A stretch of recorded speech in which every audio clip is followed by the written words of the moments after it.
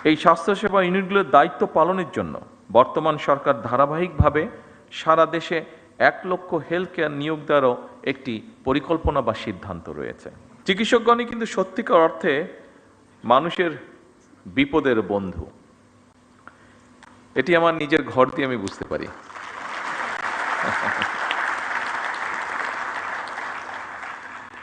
একজন চিকিৎসকের উপদেশ, আন্তরিক ব্যবহার একজন রোগীর কাছে অনেক সময়, অধিকাংশ সময় বলা যায় প্রায় সব সময় কিন্তু ঔষধের মতন কাজ করে। ফলে একজন চিকিৎসকের জন্য পেশাগত উৎকর্ষতার পাশাপাশি একজন মানবিক মানুষ হিসাবেও গড়ে ওঠাটা অত্যন্ত প্রয়োজন, অত্যন্ত জরুরি।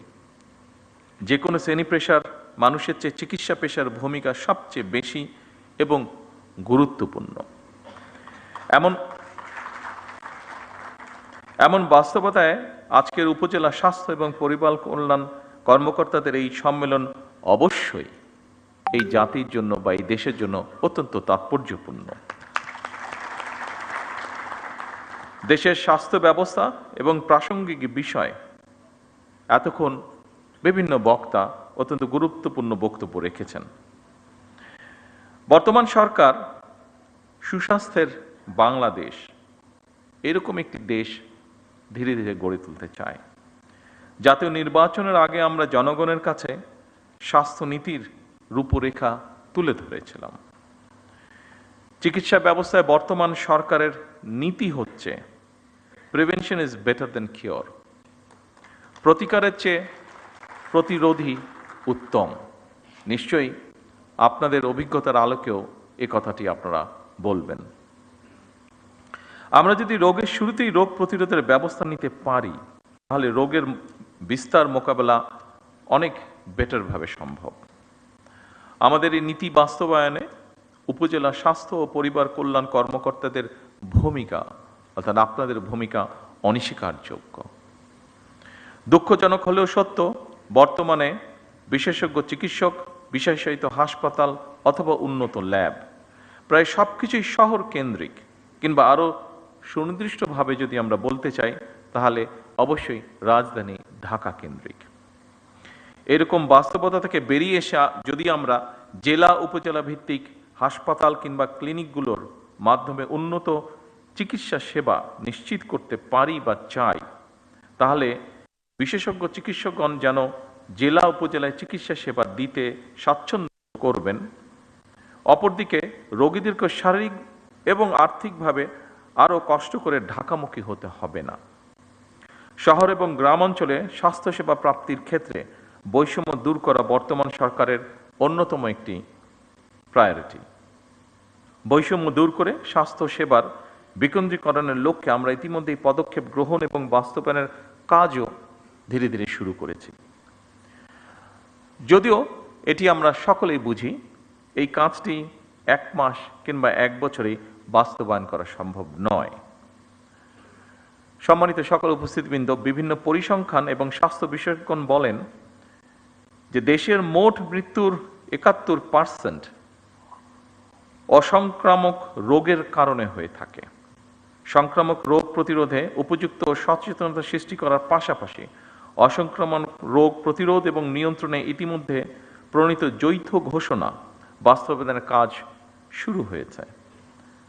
সাম্প্রতিক বছরগুলোতে পরিবেশগত বিপর্যয় এবং জলবায়ু পরিবর্তনের অভিঘাতের কারণে সংক্রামক রোগের পাশাপাশি অসংক্রামক রোগ যেমন শ্বাসকষ্ট, স্ট্রোক, হৃদরোগ ইত্যাদি স্বাস্থ্য ব্যবস্থাপনার উপরেও নিত্য নতুন চ্যালেঞ্জ সৃষ্টি করছে।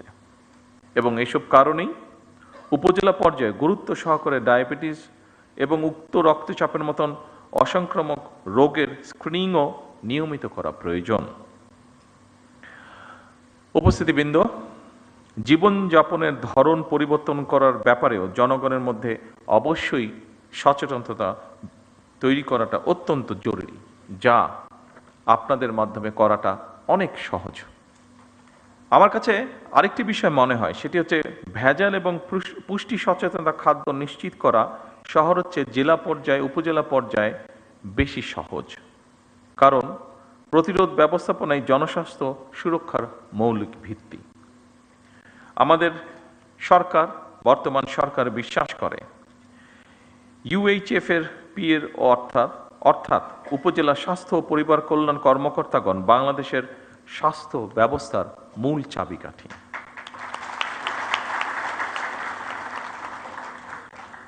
মানসম্মত চিকিৎসা ব্যবস্থা বা চিকিৎসা সেবা সাধারণ মানুষের দৌড়গড়ে পৌঁছে দেওয়ার কর্মযজ্ঞে উপজেলা স্বাস্থ্য কর্মকর্তা এবং সদস্যগণ প্রথম সারির যোদ্ধা।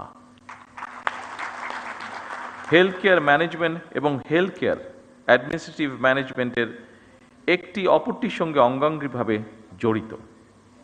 একজন উপজেলা স্বাস্থ্য ও পরিবার পরিকল্পনা কর্মকর্তাকে নিজ নিজ কর্মস্থলে স্বাস্থ্য ব্যবস্থার পাশাপাশি স্বাস্থ্য সেবা ব্যবস্থাপনার কাজটিও সুচারুভাবে সম্পন্ন করতে হয়। প্রসঙ্গক্রমে আমেরিকার একজন বিখ্যাত পুষ্টিবিদ জ্যাক লায়ন, তার একটি কথা এখানে আমি উল্লেখ করতে চাই। তিনি বলেছিলেন, আজকের স্বাস্থ্য সেবা ভবিষ্যতের বিনিয়োগ। এ কারণেই যুক্তরাজ্যের ন্যাশনাল হেলথ সার্ভিস NHS এর জেনারেল প্র্যাকটিশিয়ান জিপির আদলে প্রতিটি উপজেলা এবং পর্যায়ক্রমে প্রতিটি ইউনিয়নে একটি করে প্রাথমিক স্বাস্থ্য সেবা ইউনিট স্থাপন করা যায় কিনা সেটি আমাদের চিন্তাভাবনার মধ্যে রয়েছে। এই স্বাস্থ্যসেবা ইউনিটগুলোর দায়িত্ব পালনের জন্য বর্তমান সরকার ধারাবাহিকভাবে সারা দেশে 1 লক্ষ হেলথ কেয়ার নিয়োগ দেওয়ারও একটি পরিকল্পনা বা সিদ্ধান্ত রয়েছে এবং এই হেলথ কেয়ারদের 80% হবেন নারী সদস্য। হেলথ কেয়ারগণ মানুষের দোরগোড়ায় গিয়ে জনগণকে প্রাথমিক হেলথ কেয়ার দেওয়ার পাশাপাশি স্বাস্থ্য বিষয়ক প্রয়োজনীয় পরামর্শগুলো তাদেরকে দেবেন।